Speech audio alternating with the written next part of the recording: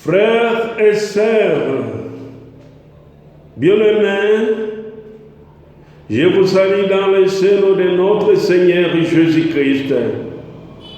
Ce matin, 5/7/2020, nous allons lire la parole de Dieu dans Psaume 57, verset 23. La parole de Dieu nous dit: remets ton sort à l'Éternel et il te soutiendra. Il ne laissera jamais chanceler le juste. Dans 1 Pierre 5, verset 7, la parole de Dieu nous dit: déchargez-vous sur lui de tous vos soucis, car lui-même prend soin de vous. Amen. Éternel Dieu Tout-Puissant, je bénis ton nom, je te glorifie de ce que nous sommes aujourd'hui le 5 juillet. Oui, nous sommes à la deuxième moitié de l'année 2020. Tu as été avec nous, nous avons cheminé avec toi de janvier au 30 juin de cette année. Oui, je sais que tes enfants ont traversé des moments douloureux et difficiles, mais c'est par ta grâce qu'ils sont vivants aujourd'hui. C'est pourquoi nous ne cessons de te bénir. Et nous venons maintenant aujourd'hui pour que nous puissions décharger nos soucis. Nous décharger sur toi parce que toi tu l'as permis. Accepte, Seigneur, de guérir les émotions de tout un chacun. Oui, Père, je sais que tu es capable de guérir les physiques, mais aussi les émotions de tes enfants. Voilà, Père, bénis tous ceux qui m'écoutent en ce moment. Bénis tous ceux qui m'écouteront.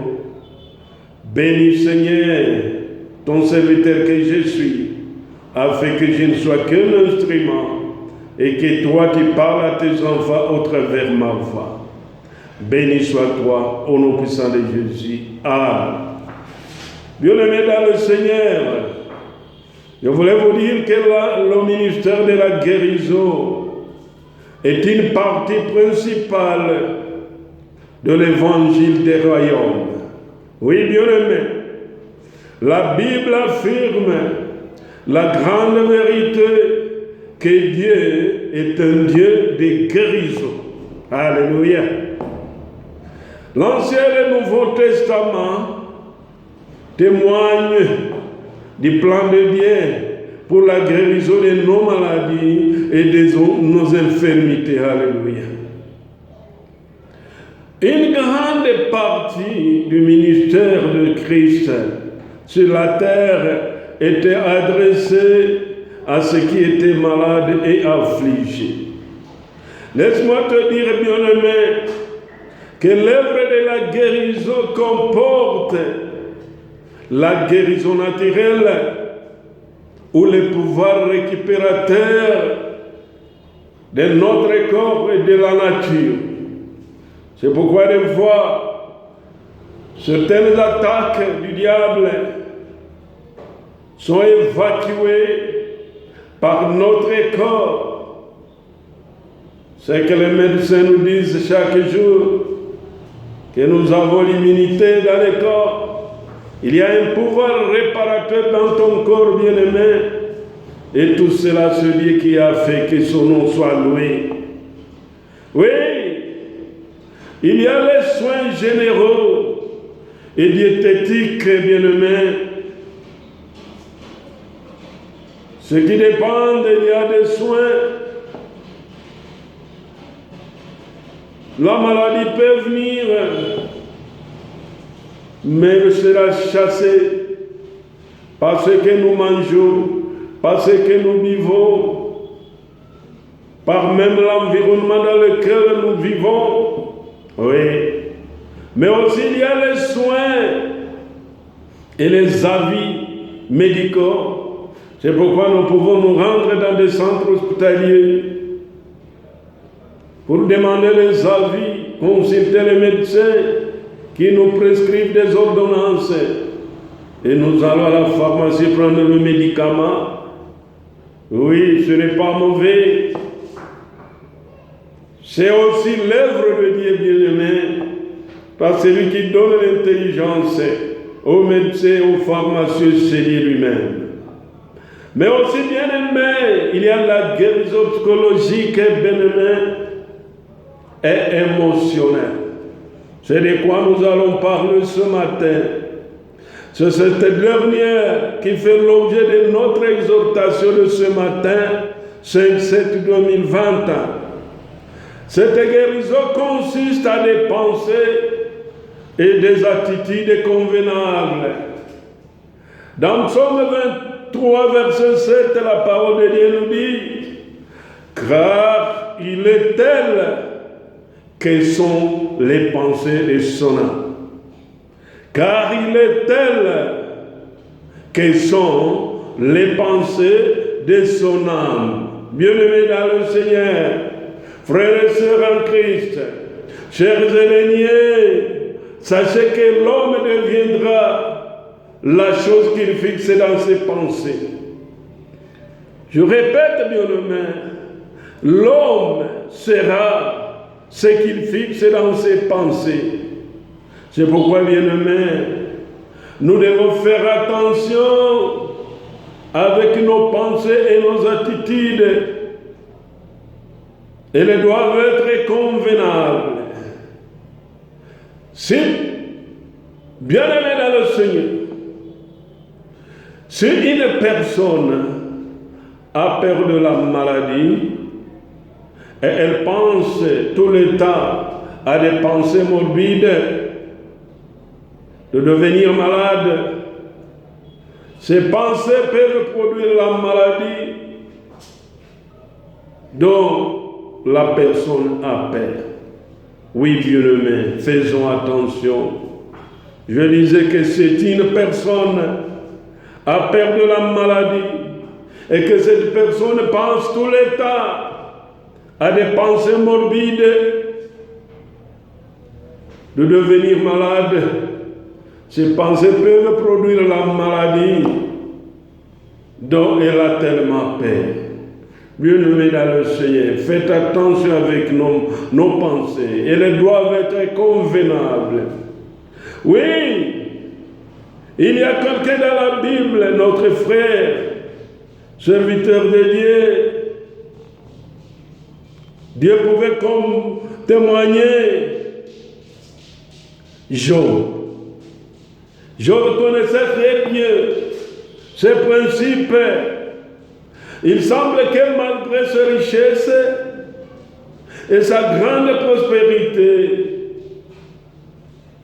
il pensait continuellement. Il avait continuellement des pensées négatives, s'imaginant qu'un jour, il perdra tous ses biens. Bien-aimé dans le Seigneur, Job avait de pensées négatives. Il était prospère, il avait des biens, Dieu l'avait béni. Mais dans sa tête, il pensait toujours qu'un jour il perdrait ses biens. Peut-être qu'il se disait, ceci est trop bon pour dire, oui, bien-aimé, les choses vont trop bien pour moi. Je ne peux pas espérer que ceci continue toujours. Laisse-moi te dire, Dieu t'a béni. Ce sont les bénédictions de Dieu qui enrichissent, ne doutez pas. Bien-aimé dans le Seigneur, ce Dieu qui t'a donné le souffle de vie, tu ne mourras pas. Bien-aimé dans le Seigneur, cette maladie n'est pas venue pour te faire mourir. Oui. Quelques fils les pensées exactes de Job. Et leur semblait être très négative et même pessimiste. Car la tragédie ne frappe pas et qu'il devait si malade qu'il maudit les jours de la naissance, il déclara: ce que je crains, c'est ce qui m'arrive. Ce que je redoute, c'est ce qui m'atteint. C'est ce qu'il a dit dans Job 3, le verset 25. Ce que je crains, c'est ce qui m'arrive. Ce que je redoute, c'est ce qui m'atteint. Job réalisait que les craintes auxquelles il avait pensé avaient apporté dans sa vie les choses qu'il craignait. Laisse-moi te dire, bien-aimé, les choses que vous craignez, c'est que vous tournez dans votre tête des pensées négatives, elles viennent créer en vous ce que vous craignez. C'est ainsi que Job s'est exclamé: ce que je crains, c'est ce qui m'arrive. Ce que je redoute, c'est ce qui m'atteint. Job réalisait que les craintes auxquelles il avait pensé avaient produit ou avaient apporté dans sa vie les choses qu'il craignait. Bien-aimés dans le Seigneur, nous devrions faire attention. La Bible dit dans 1 Jean 4, 18, la crainte suppose le châtiment. La crainte suppose le châtiment. La crainte, la peur, l'angoisse, la panique sont destructeurs, bien-aimés. La crainte, la peur, l'angoisse, la panique sont destructrices, bien-aimés. Faisons attention, ne craignons rien. Elles détruisent la santé mentale et physique. La crainte, la peur, l'angoisse, la panique, les inquiétudes. Oui, elles détruisent la santé mentale et physique. C'est la raison pour laquelle Jésus a conseillé: ne crains pas, crois seulement. Bien-aimé dans le Seigneur, dans Luc 8, le verset 50, Jésus dit: ne crains point, crois seulement. Nous avons été créés pour la foi et non pour la crainte. La foi nous fortifie, alléluia. La foi nous affermit, mais la crainte nous démoralise et nous détruit. Ne craignons rien. Jésus a déjà dit: ne crains point, mais crois seulement. Alléluia. Oui, bien-aimés, la crainte nous détruit, la crainte nous démoralise, et pourtant la foi nous fortifie et nous affermit. Bien-aimés dans le Seigneur, les jours passés, ma fille était malade, et pourtant je sais qu'elle est forte dans la foi. Elle est forte, mais elle a été démoralisée, elle a été perturbée par une maladie. Mais elle m'a dit que non. Elle a la peur, mais je lui ai dit: sois forte, ma fille. Oui, bien-aimé, quand elle est arrivée chez le médecin, il a dit: faisons attention, parce que la plupart des gens qui sont en train de mourir sont en train de s'attribuer une maladie qu'ils n'ont pas, et ils ont peur, et c'est la peur qui les détruise. Bien-aimé dans le Seigneur, qui croit en lui, ceux qui croient au Seigneur devraient savoir que tout est au contrôle, que c'est le Dieu qui guérit, que c'est le Dieu dont son plan est la guérison. Oui, bien-aimés, frères et sœurs en Christ, bien-aimés dans le Seigneur, la guérison est à votre portée, mais il vous faut des pensées et des attitudes convenables. des pensées positives. Oui, la deuxième des choses qu'il faut savoir, il faut maîtriser vos émotions, car les émotions négatives nuisent à la santé. Peut-être que vous êtes malade, mais nous vous exhortons ce matin de maîtriser vos émotions, car les émotions négatives, elles nuisent à la santé. Plusieurs parmi vous, frères et deniers, sœurs en Christ, plusieurs parmi vous se permettre d'être contrôlés par leurs émotions plutôt que d'autres, certains, de contrôler leurs propres émotions. Mais il faut les contrer. Dieu vous a créé pour contrôler vos émotions. Il ne fallait pas que les émotions vous contrôlent. Il vous a créé pour dominer sur tout, même sur vos émotions.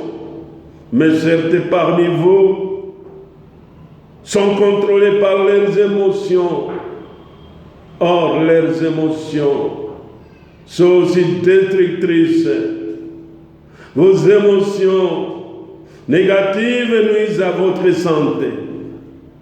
Certains, ils sont trop dépendants de la manière dont ils se sentent. Ils ressentent, s'ils ressentent une petite dépression, ils permettent à cette émotion de les dominer. Ça ne devrait pas être le cas, bien-aimé. Chaque petit désemboîtement, bouleversement ou renversement les plonge encore plus profondément dans la dépression. Bien-aimés dans le Seigneur, il faut maîtriser vos émotions, car les émotions négatives nuisent aussi à votre santé. Un tel manquement, bien-aimé, de discipline émotionnelle a des résultats très négatifs sur la santé et peut même conduire à de sérieuses maladies. Un manquement de discipline émotionnelle a des résultats négatifs sur la santé et peut même conduire à de sérieuses maladies. Le dessein de Dieu n'était pas pour que l'homme soit dominé par ses émotions.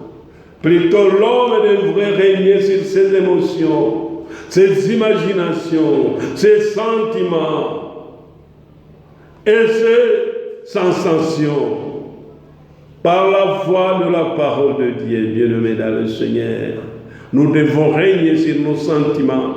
Nous devons régner sur nos sensations. Nous devons régner sur nos émotions par la foi dans la parole de Dieu. La parole de Dieu est digne de confiance. Mais laisse-moi vous dire que vos émotions, mes émotions, n'ont pas digne de confiance. Qui peut croire aux émotions? Les émotions peuvent être trompeuses, bien-aimés. Et la parole de Dieu déranchérit en nous disant que le cœur de l'homme est torturé. Qui peut les connaître et qui peut les dompter? Oui, bien-aimés, dominons sur nos émotions. Bien-aimés dans le Seigneur, nos émotions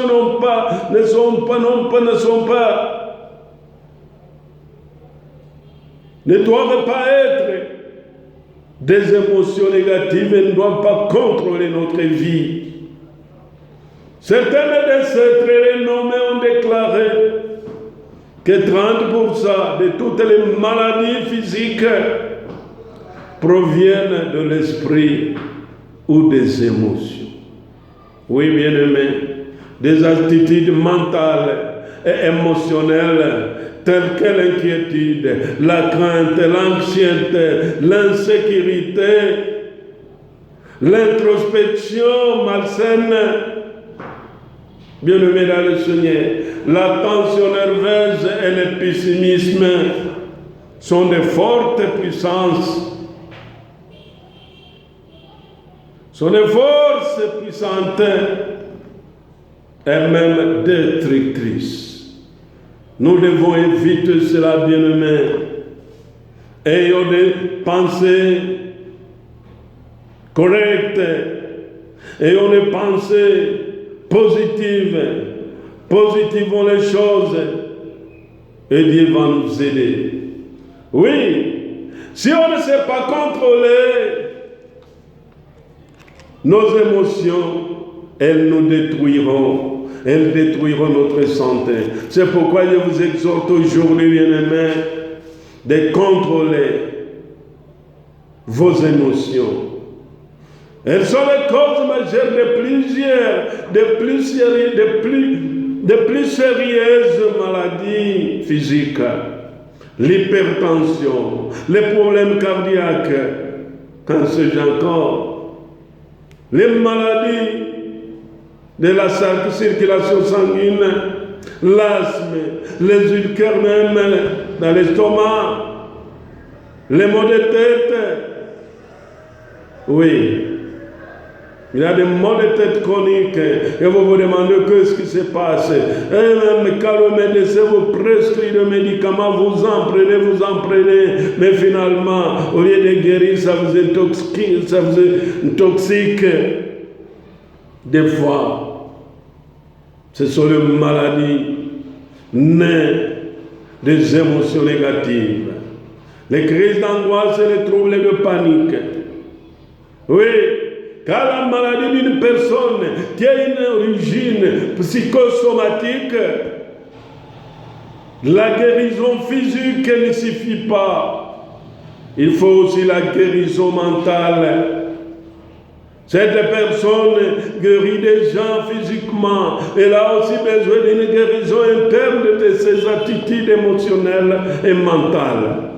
Car si après la guérison physique, la personne guérie continue à être pressée par une grande anxiété mentale, par la crainte, par l'inquiétude, par ces attitudes causeront rapidement les mêmes maux physiques.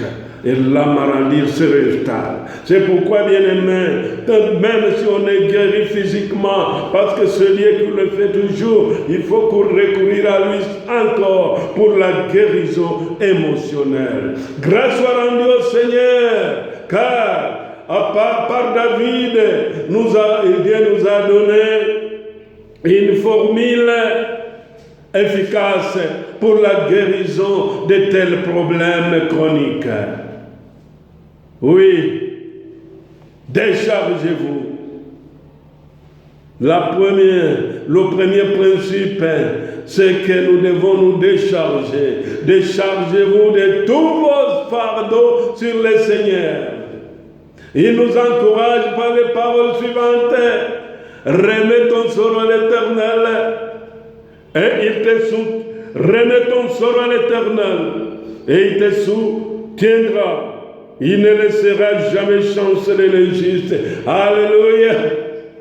Bien-aimé dans le Seigneur. C'est pourquoi Pierre aussi a renchéri en disant, déchargez-vous sur lui de tous vos soucis, car lui-même prend soin de vous. Alléluia. Ce verset nous dit de placer toutes nos anxiétés, toutes nos inquiétudes, toutes nos craintes, toutes nos attitudes et pensées négatives sur la parole de Dieu. Prenez le contrôle de vos pensées. Fixez votre esprit sur Dieu. Abandonnez l'esprit humain. Bien-aimé dans le Seigneur. Déchargez-vous. J'ai assisté à un déchargement un jour. Les pierres qui nous amènent du sable ou des pierres ou des briques, quand ils arrivent sur le chantier, ils doivent décharger. Et quand ils déchargent, les chauffeurs doivent faire tout pour tout décharger. Il secoue même. Le propriétaire du chantier regarde. Est-ce qu'il a secoué? Rien n'est resté. Bien-aimé dans le Seigneur.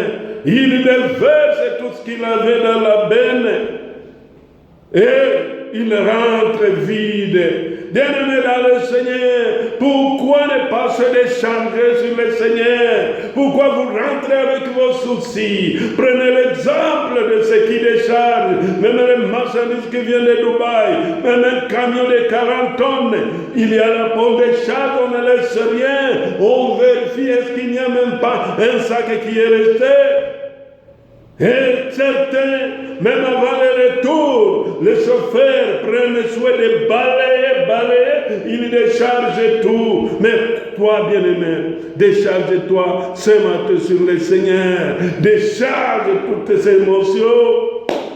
Et Dieu va te guérir. Bien-aimé dans le Seigneur, notre Dieu, c'est un Dieu qui guérit. Il ne guérit pas seulement le physique, mais il guérit aussi la tête. Il guérit le cœur. Bien-aimé, il n'y a que lui qui connaît ce qui est dans ton cœur. Il n'y a que lui qui connaît l'intérieur. Il sonde le cœur, il éprouve le rêve. Il sait, il n'y a que lui qui peut dompter ton cœur. Bien-aimé dans le Seigneur, voilà ce matin, je vous exhorte, bien-aimé, à mieux contrôler vos émotions. Je vous exhorte ce matin à avoir de pensées, des attitudes convenables. Je vous exhorte ce matin de ne craindre rien, car ce que vous craignez, c'est ce qui vous arrive.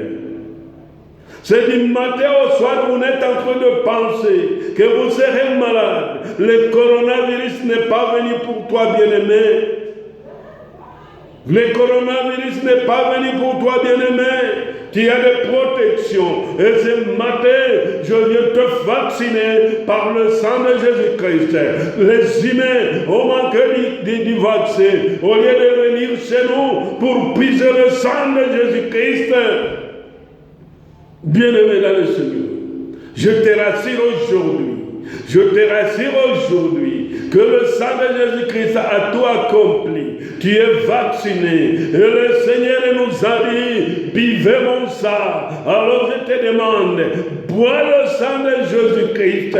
Trempe tes poumons dans le sang de Jésus-Christ. Trempe tout ton corps dans le sang de Jésus-Christ.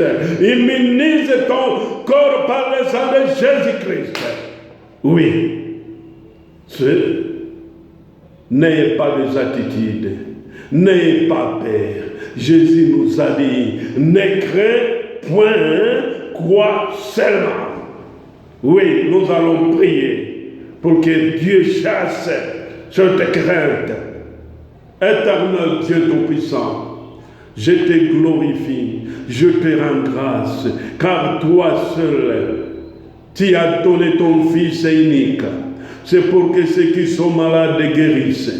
Tu as donné ton Fils qui a versé son sang pour que tes enfants qui étaient loin, qui étaient au marché des esclaves, oh Seigneur, tu les as rachetés par le sang de ton Fils. Et maintenant, Seigneur, l'espoir de tes enfants, c'est d'aller au ciel. Mais pendant qu'ils sont sur terre, Seigneur, le sang de ton Fils a pourvu à la guérison divine. Le sang de ton Fils a pourvu à la protection. Oui, protège tes enfants. Protège leur mental. Guéris l'esprit, l'âme et le corps au Seigneur.